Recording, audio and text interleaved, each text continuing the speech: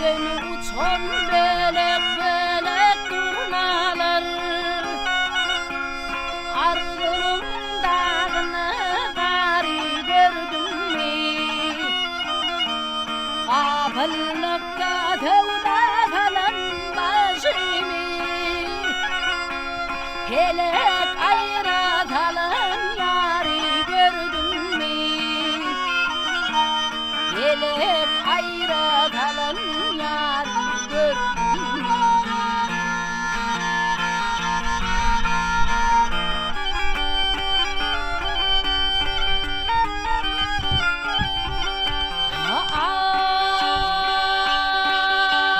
Gözlerine akan yaşım denizlere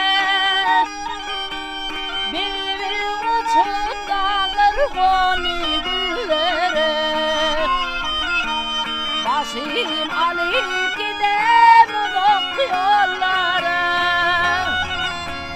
Helek ayratalan yari gördüm mi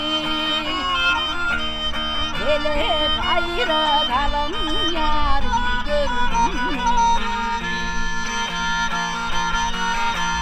Elbin yadır benim bahtım karadır Ayrılık derdinden bağrım pardır Gün durnalardan haber soradır Helek ayratalan yari gördüm mi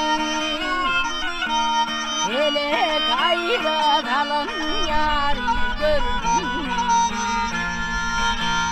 Gün durnalardan haber soradır Helek ayratalan yari gördüm mi İkbal ayratalan yari gördüm mi Helek ayratalan